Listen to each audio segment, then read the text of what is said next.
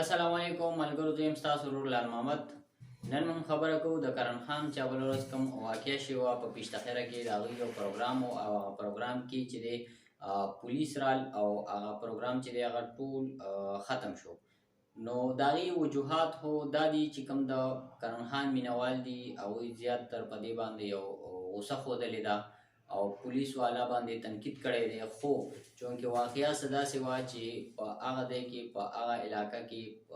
بلکې نه چې په ټوله دنیا کې هغه شپه چې وه هغه د شب بارات شپه وه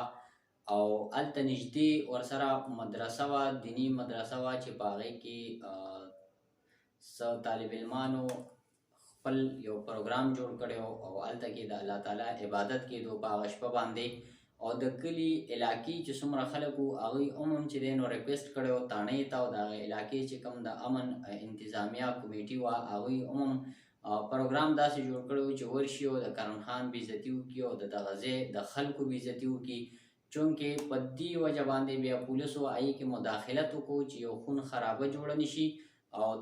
هغې په خاطر باندې چې جګړه جوړه نه شي، نو پولیس ورل او یو دم یې هغه پروګرام چې دی هغه ختم کړو. د هغې زیاتر وجوهات دغه نو په دې کې پولیس والا یو ښه کردار ادا کړی دی، ولې چې د کلي علاقې ټول رشته دار وو د یو بل، نو خامخا لازمي و چې په هغې کې بیا خون خرابه شوي وې. بل د پښتنو په لغونته کې بعض اوقات لږ د غیرت مسله هم ورته جوړه شي، نو که هر څومره د هغې هغه پروګرام او هغه ختم شو، نو د هغې وجوهات هم دا و چې پولیس په هغې کې مداخلت دې لپاره کړی و چې څه داسې واقعه جوړه نه شي چې په هغې باندې د کلي او د علاقې هغه امن خراب شي. نو زما هغه ورونو ته ریکویسټ دی او چې کوم د کرن خان مینوال دي چې پازیټیو سوچ دې ساتي او پازیټیو پوسټونه دې کوي په سوشل میډیا باندې، داسې پوسټونه دې نه کوي چې په هغې کې نفرت خورېږي او په هغې باندې په پولیس باندې تنقید وشي. چونکې دا د پولیس دپاره هم یو ښه اقدام او یو ښه قدم یې اوچت کړی د هغه علاقې چې کوم ایس ایچ او په هغې کې د هغه یو ښه کردار دی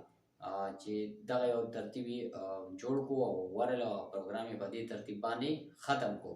نو انشاءالله موږ به کوشش کوو دغه شان ویډیوګانو دپاره زموږ یوټیوب چینل سبسکرایب کړئ.